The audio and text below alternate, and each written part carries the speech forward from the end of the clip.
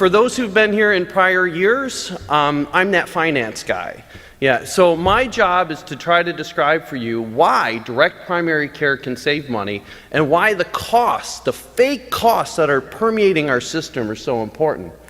I'm having Paul's issues too. What am I missing? Point it there. Yeah, take that. No? The green button. A green button.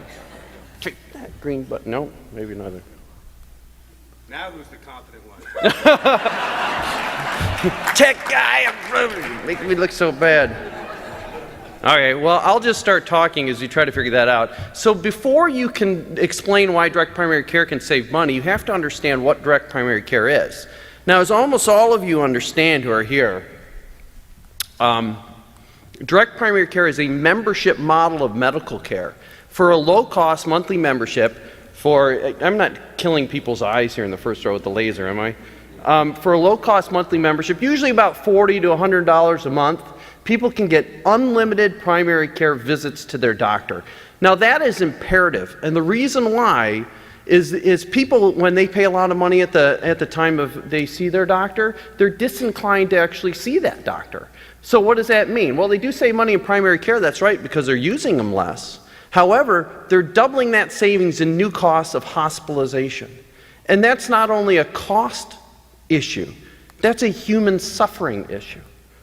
It also includes all in-office diagnostics, EKGs, spirometers, pulse oximeters. We get away from the nickel and diming of charging for every little test that goes through our system, and we actually try to give people value.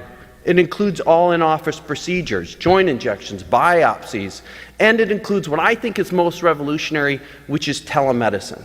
The ability, whoa, now I'm like in the middle of it. Okay. You want to go back? At least the big surprise that the embarrassing picture of Josh hasn't been put up yet, so this is all good. All right. Yeah, there he is. So, okay, yeah, wow, what an awesome slide. There, you guys see it now. All right, so that was everything I was just describing. All right, so, with direct primary care, we include an incredible bundle of services, unlimited visits, in-office diagnostics, telemedicine, in-office procedures. But then we take that incredible suite of services and to magnify that benefit for that low monthly expenditure, we have gone out and we have negotiated predetermined prices on cardiac diagnostics, labs, imaging, and even for many of us who can dispense in our states, generic drugs that we dispense from our own offices. And we do this to try to magnify that savings. And the concept is we want to save those people so much money that our membership essentially becomes free to them. They get all of their primary care for what they would have spent anyway with the overpriced services that are currently in the system. So for example, in Michigan, a common price on an echo stress is about $2,000. We can get it for $200. That's a savings on one test of $1,800, or depending on the age of the patient, the equivalent of almost 4 years of direct primary care. Unlimited primary care for 4 years of the savings on one test. And we see similar savings on other types of services too, including imaging. Now this is an important slide. I want you guys to kind of take a look at this because I'm going to come back to this a little bit later. Our local hospital, our university hospital, has a transparency website. Thank you very much. They tell me what they charge for these things. They charge for an MRI $4,200. We can get the same MRI for $279. That's a savings of $4,000 on one test. That you justify your membership in the DPC practice for 8.3 years with the savings on one study, the better part of a decade, threw in primary care for free by correcting the pricing on one study. We see this with x-rays, another 1.25 years of savings. We're 93% cheaper than the local hospital, $529 savings. And we see this with ultrasounds, $1,000 savings, where you get 2 years essentially thrown in for free, and bone densitometry. And I apologize if I sound like a podcast running at 1.5. I got the message that we were running a little behind before I even came up here. But that's okay, because you guys are recording it, so they can play it back at 0.5 and it'll make sense. So we do labs. We do something called client services billing. We send the labs to the laboratory who charges us the prices they generally speaking give hospitals. We then act as a financial conduit to give those prices to the patients, things they could never ever get on their own. These are our hospital prices. These are not crazy tests, 4 basic tests. $135 for a lipid panel, we get it for $5. PSA $152, we get it for $7. They charge $544 on one blood draw, 4 basic tests for something that we can get for $23. That's a savings of $520. They charge 24 times as much as we do, and you just justified another year in your DPC practice on one blood draw. Now, I don't have comparators for these, but with the in-office pharmacies, they can get incredible savings as well, and these are just some examples. You can get a month of Zocor, treat hyperlipidemia, for 73 cents. We can treat depression with Celexa for 54 cents for an entire month. You can treat an episode of pneumonia for 89 cents. You can treat hypertension, one of the leading causes of preventable death, for an entire month, for 21 cents with Norvasc. You can treat one of the leading causes of premature death for an entire month for less than the cost of a single gumball. So now, so we give incredible services. We merge that with many, many cost savings.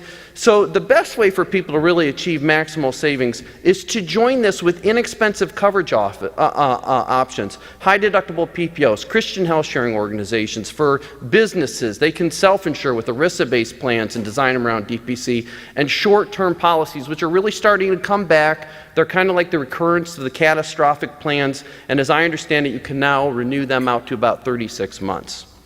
Now, before I go into how these things all link together, I want to take a moment to break what I call the fallacy of good insurance. Many people say, well, I don't need to see you, DPC. Doc, I have quote-unquote good insurance. Well, that person does not have good insurance. They have overpriced insurance, and I believe this graph illustrates this. If you look here, this gray that you see, that is premium. That is what that person, these are 2018 quotes. These are honest-to-God quotes for a 58-year-old man. An individual, $18,000 premium every single year, $9,000 for the bronze. You have not seen a doctor yet if you buy that plan. That is for the honor of having that policy. You have received no care yet, and he is 18 grand in the hole. The yellow is deductible. That's what you pay 100% out of pocket before your insurance covers anything. And the red on this policy is coinsurance. That's the maximal out of pocket that the person could pay in coinsurance, co-payments, before their policy really does pick up everything else. So my point on this one is, if you look at this, and in the bronze plan there's no red because their deductible is their maximal out of pocket. So if you took a good year where Charlie, my hypothetical patient Charlie, didn't see a doctor, he is $9,000 better off by getting the bronze plan. In a bad year, in the worst year of his life, he's in the ICU, he has surgery, he's hospitalized, and he maxes out his plans. He bought this plan with the thought he was going to save money. I'm going to buy that good plan because when I access care, I don't want to have to pay much. Well, he's on the hook, to his surprise, for another $6 grand on top of that $18,000. He's on the hook for 24 grand himself. In the worst year of his life with the bronze plan, maxing out the deductible, though it's a high deductible, he's still $7,500 better off than if he bought the gold plan. And what's really fascinating here, and I love making these graphs because I see interesting things, is when he did the bronze plan, if he had the worst year of his life, and you track it over, it's actually less than the premium, what he would pay every single year for that gold plan.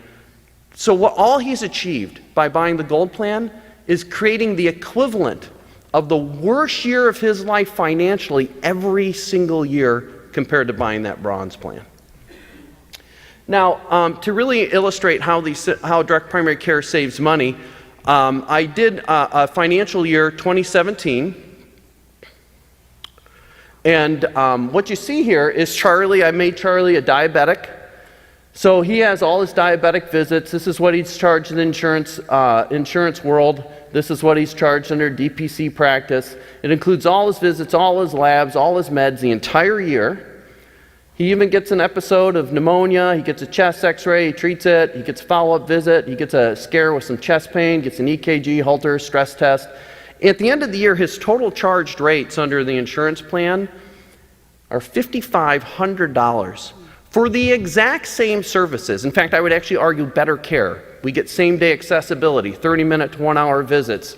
We have no financial conflicts of interest. He gets better care under direct primary care, the exact same services, including our membership, $832. That is including the stress test, the chest x-ray, the labs, the visits, everything. His entire year of medical services. Now, some people may say, yeah, but the insurance may cover some of that, and that's true. So let's take a look how this works. So if Charlie were to buy the gold plan under that scenario, under that year, and he saw a traditional insurance-based practice, after spending this mountain of cash on that premium, the honor of having that, and thinking he would pay less when he actually sees the doctor, he still is on the hook for $2,000 above that in charges. Because when people pay 20% on their co-payment of a false price, what does that mean? It means nothing. It's based on a false number to begin with. So Charlie's a smart guy, though. He heard my talk on the fallacy of good insurance, and he bought the bronze plan. Great, saves $9,000. However, now he's subject to under this scenario where he's still seeing the insurance practice to bad prices. So he pays almost $5,000 of that back. Now Charlie starts getting really bright here and he goes, what if I combine that inexpensive coverage with less expensive care? Now he's only paying $800 for those services, and now he's already cut his costs in half by $10,000 simply by changing how he's paying for the system. Nothing's being rationed here, nothing's being done different. He's just changing how he pays for it. And what's interesting too, his payments under direct primary care for all those services are still less than his co-insurance under the gold plan. Now, if he's really smart, he starts looking down here at alternative coverage options like the Christian Health Sharing. In this case, I use Liberty Health Share, who partially cover direct primary care. That's why his out-of-pocket's less here. And this is a short-term policy, which are vanishingly small premiums. Now, they don't cover much. Again, they're catastrophic. They'll cover things like hospitalization, major surgeries. Well, that's what insurance is. It's a financial tool to prevent financial calamity. The insurance here is the financial calamity.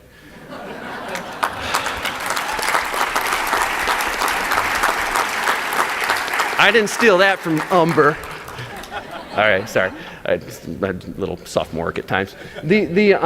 So in 1 year, again, by simply changing how he pays for his system, he would save $18,000 in 1 year. That breaks down to $350 every single week. Now, I went to Walmart and I wanted to say, what can you buy? That's a lot of money. What can you buy? You can buy a 55-inch HD 4K sharp LED TV and still have $30 in your pocket every single week for a year with those savings. Or alternatively, $350 is so much you could buy 1,000 of Josh Umber's ties. You know how glad I am he showed up? I didn't see him last night. I'm like, oh my God, that's hardwired into my presentation. I'm going to have to pick on Lee and no one to believe it. He's the sharp dresser. All right. Now, this is the important stuff, I would say. Because why does everybody care about prices, right? This is boring stuff. Yeah, sure, it's great saving people money. It's important for ourselves. If you own your own DPC, look at those alternative coverage options. But I think the next couple of slides, honestly, are imperative that everyone in this room understand. Why are prices important? Because of the fallacy of false pricing, high prices, and I think we've just shown it's a fallacy, we can get these things at much better prices than they're billed. Outside entities has used those prices as justification to rob us of our profession. Third parties have come in and said the only way you can afford medical care, because it's so expensive, because prices are high, the only way you can afford care is to pay it through us, insurance companies and the government. And we are told by adding this army of middlemen that will save money. And because prices are high then, these third parties now start saying, but you can't refer to any doctor you want. You can only refer to the small network of specialists, of surgical centers or hospitals. And we're told that that will save money. And because prices are high, we start being, clinical judgment be damned, we start being forced into treatment algorithms, circumventing all your training. And we are told that that will save money. And because prices are high, we start being placed in restrictive drug formularies. You can't use any drug you want, doctor. You must adhere to only the drugs that are on our formulary, for which our pharmacy benefit manager probably has some unseemly relationships with the pharmaceutical company and the pharmacies themselves. And we are told that that will save money. And because prices are high, we start getting roped into risk-sharing arrangements like ACOs, where you can actually be paid more to deny people care, and you're actually financially incentivized under these models. They are financially incentivized to avoid sick people. And we are told that that will save money. And because prices are high, we now have to start collecting value metrics, spending gobs of time, data entry, taking time from patients, putting numbers in computers, and we are told somehow that's going to save money. And because prices are high, we start getting pushed into timely authorization processes where your clinical judgment be damned, you must get approval and sit on the phone with the insurance company, and somehow that's going to save money. And because prices are high, these insurance companies now have to answer those phones and staff up these departments of price saving schemes, and we are told that that will save money. And because these third parties have made all these staff with the price saving schemes, we have to add staff to deal with their departments of price saving schemes, and you know what that does? It makes prices high.